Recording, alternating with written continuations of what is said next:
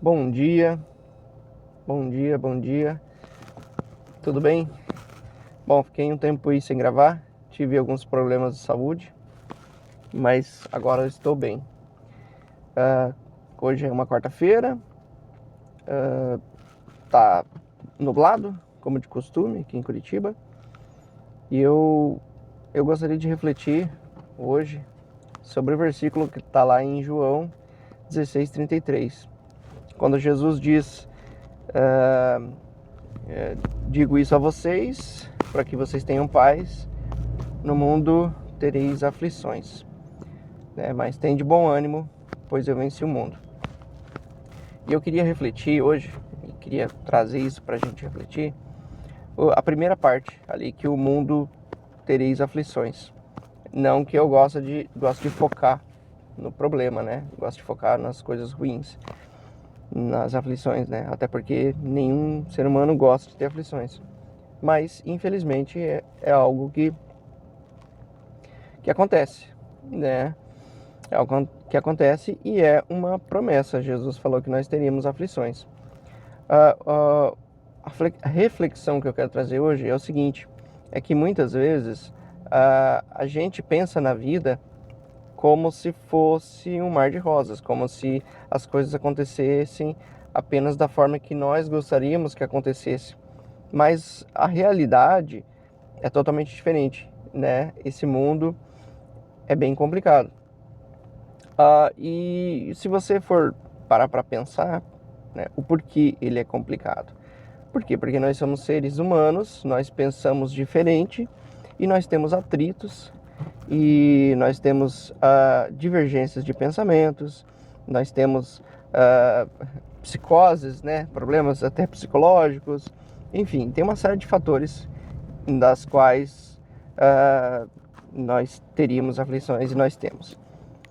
Dito isto, queria trazer um pouco assim, uma reflexão para que a gente consiga pensar na segunda parte, né, que tem de bom ânimo. Por quê? Porque muitas vezes a gente acaba não falando sobre essa primeira parte, né, das aflições.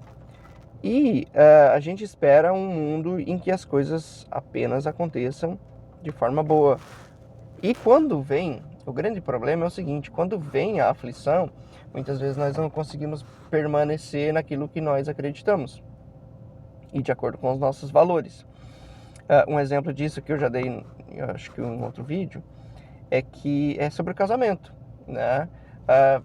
Puxa, quando a gente vai lá no altar e fala sim, e promete, faz várias promessas ali e tal, a gente está envolvido por um químico, né, de felicidade, né, e de euforia, de ansiedade, de viver tudo aquilo. E a gente faz a promessa e a gente não entende o peso que tem essa promessa. E eu vejo muitas vezes isso com base na nossa vida, com base nos nossos valores. Nós temos valores passados pelos nossos pais, só que quando vem a adversidade, a gente acaba desistindo. E eu comentei inclusive, né? Às vezes a gente acaba não permanecendo naquilo que nós prometemos ou naquilo que Deus colocou na nossa vida. Por quê? Porque veio a aflição. E assim, a gente não fala sobre a aflição, né? A gente vai achar que está tudo certo na nossa igreja, na nossa vida, na nossa casa, e daí vem a aflição e a gente não consegue lidar com aquilo, a gente não consegue lidar com as divergências de pensamentos e não consegue lidar com as diferenças. Um exemplo muito claro disso, né, é o casamento. O casamento é um exemplo claríssimo de que se você não amar o seu cônjuge, aí sim nós estamos falando de amor e não de paixão, né? Se você não tiver amor pelo seu cônjuge, você não vai tolerar muitas coisas que ele faz e que divergem dos seus pensamentos. Então, assim, eu acho que o amor pelo cônjuge, o amor pelo próximo, ele só vai ser evidenciado se passado por essa aflição, dessa divergência de pensamentos, né? Isso quer dizer que você precisa conviver com determinada pessoa? Não. Ninguém é obrigado a conviver com ninguém. Eu penso assim.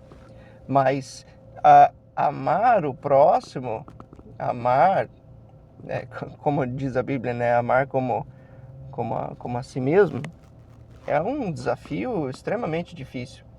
Porque se você não abrir mão, não é dos seus valores, tá? Se você não abrir mão da tua razão, você acaba não vivendo com muitas pessoas.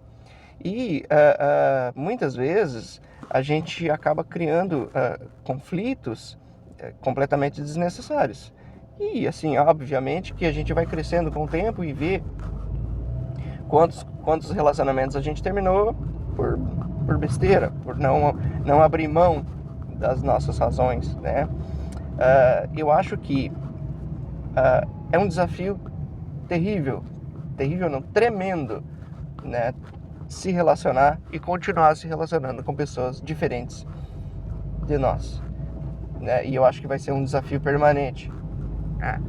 Isso no casamento, isso nos relacionamentos com o trabalho, isso em todos os âmbitos da vida. Mas para você ter bom ânimo e vencer o mundo, eu acho que você precisa persistir. E você precisa, e eu digo isso para mim também, porque eu não persisti em muitos relacionamentos, eu não supri as necessidades e as expectativas de muitas pessoas, e hoje nós não temos relacionamento.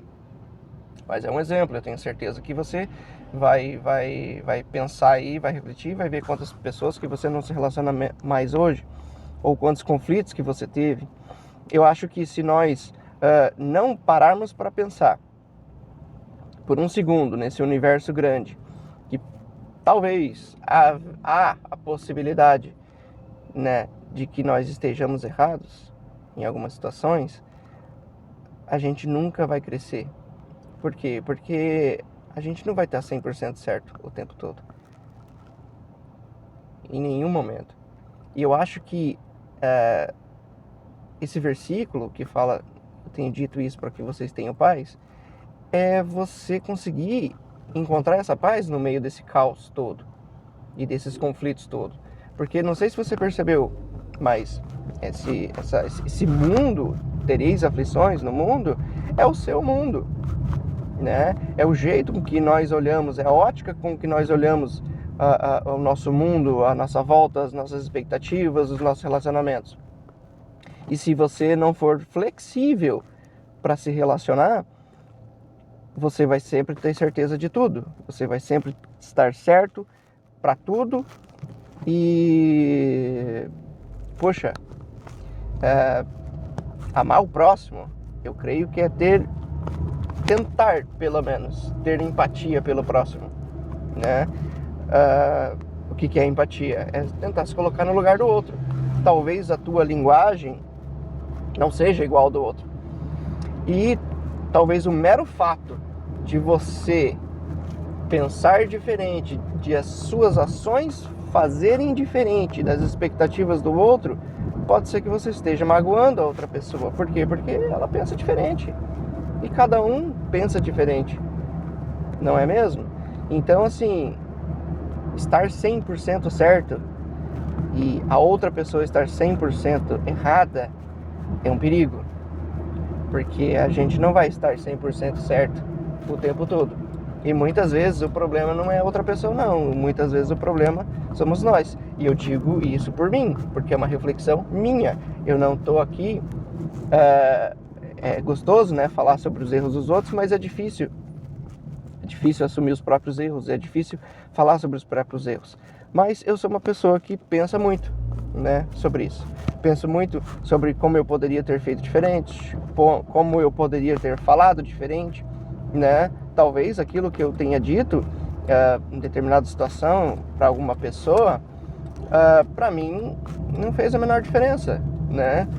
Para mim, eu não tive a intenção e nem a maldade de querer magoá-la, mas ela se sentiu ofendida.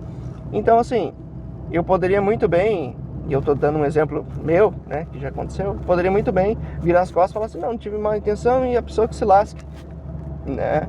E... puxa, mas amar o próximo é isso, né? É você se colocar no lugar do outro. Talvez a tua intenção não tenha sido ruim, Puxa, mas a outra pessoa se sentiu ofendida, né? E aí você... Não, eu creio assim, que você precisa viver muito daquilo que você fala, né? Quando as palavras, elas não são... não estão andando junto com aquilo que você vive, tem uma incongruência, né? E isso é um perigo. Você pode, sei lá, ser uma pessoa ignorante, ou você pode ser uma pessoa estudada, você pode citar quem você quiser, você pode citar Jesus Cristo, você pode citar grandes filósofos, mas se você não viver aquilo que você fala, se as suas atitudes não forem condizentes, sei lá, essa é a minha visão, a minha cosmovisão de mundo. Você não vai estar não está tendo congruência na tua vida, e você vai estar plantando algo que para mim, como a Bíblia fala, é você está plantando, fazendo uma edificação na areia. Uma hora ela vai ruir, né?